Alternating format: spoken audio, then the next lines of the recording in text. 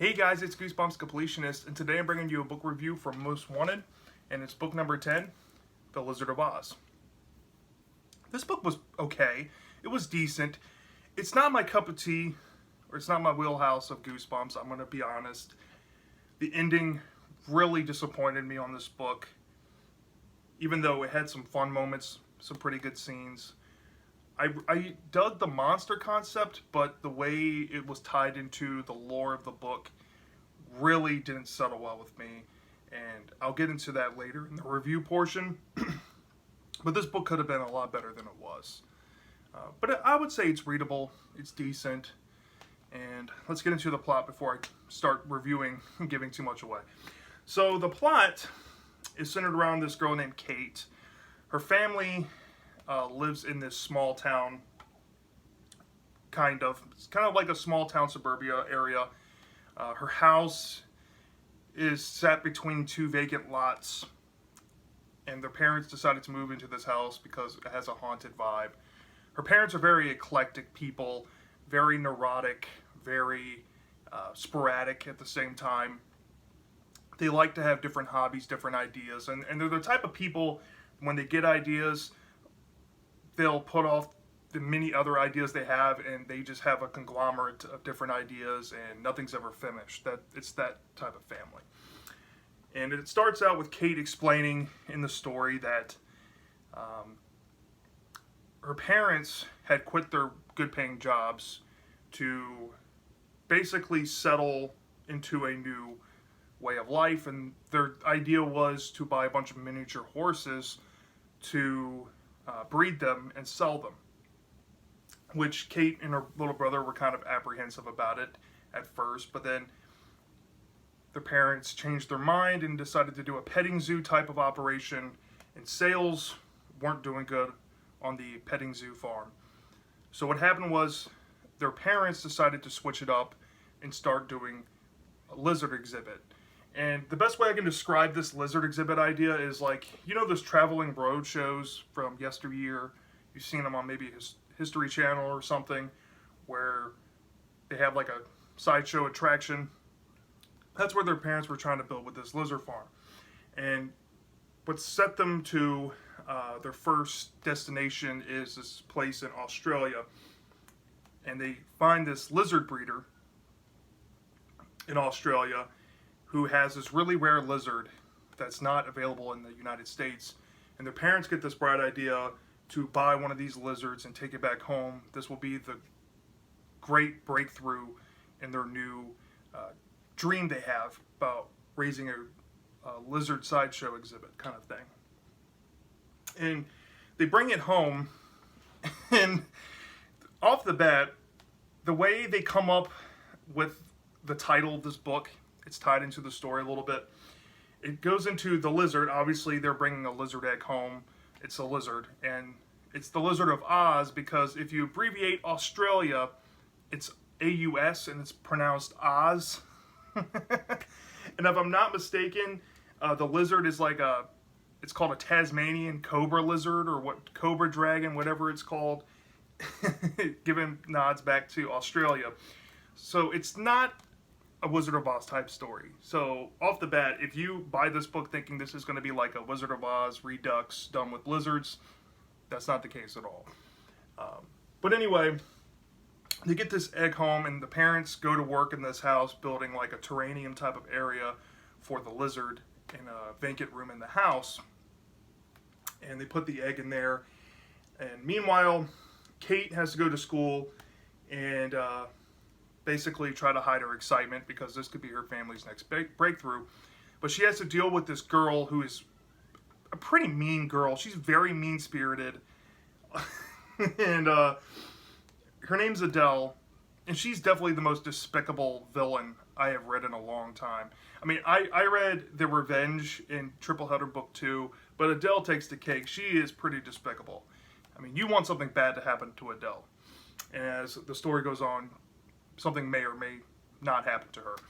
But anyway, Kate and Adele kind of have this catty relationship where they're constantly rubbing things in each other's faces, and Kate wants to prove to Adele that she has this really cool lizard egg, invites Adele to her house, And there's this really funny comedic scene dealing with a prank, and the dad comes out and reveals that it was all a prank, and then some tragedy happens involving the egg, and you think that it crushes the family's dream, but then it comes to realization after Adele leaves the house, apologizing because she had a potential hand in what happened. The egg hatches, and this disgusting lizard is born. It's tiny, but it's growing by the minute, kind of situation. And basically, the story goes on after the lizard hatches. Kate gets bitten by this lizard. And from here is where the story starts to decline for me. This is where the story starts going into your classic science experiment gone wrong. Very reminiscent to the story The Fly. If you have ever watched that movie, the classic movie with Vincent Price, or the David Cronenberg movie with Jeff Goldblum, it's basically the same idea. She gets bitten by this lizard, and all of a sudden, she may or may not be changing into a lizard herself. And she has to overcome these urges to eat foods that aren't normal, like raw chicken, bugs and mice that are crawling through her old house. And she tries to play it off like it's a prank or whatnot. Best way to describe it is if you've ever read the Stay Out of the Attic story from Goosebumps Live on Stage Screams of the Night, the novelization of it. It's very reminiscent to this story, and you'll see why. But anywho, the story goes on.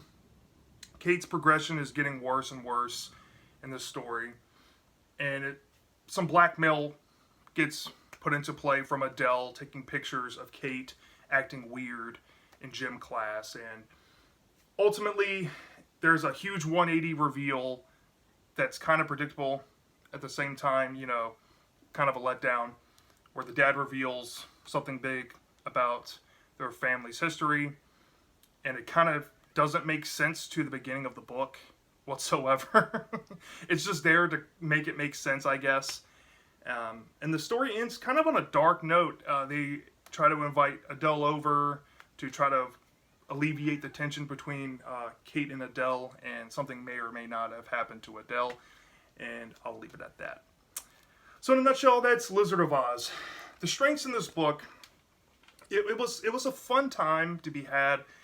I like the concept of a little mischievous lizard. I actually thought they were going to go the Gremlins route. They didn't go that route. But for what it was, the lizard itself was some comedic relief in the book. I really enjoyed it. The little brother is kind of funny too. He's really funny. You'll laugh at some stuff he's involved in. The dad and the mom's relationship to the kids is kind of like Stay Out of the Basement, where the mom goes away out of town and the dad's there for majority of the story after she leaves.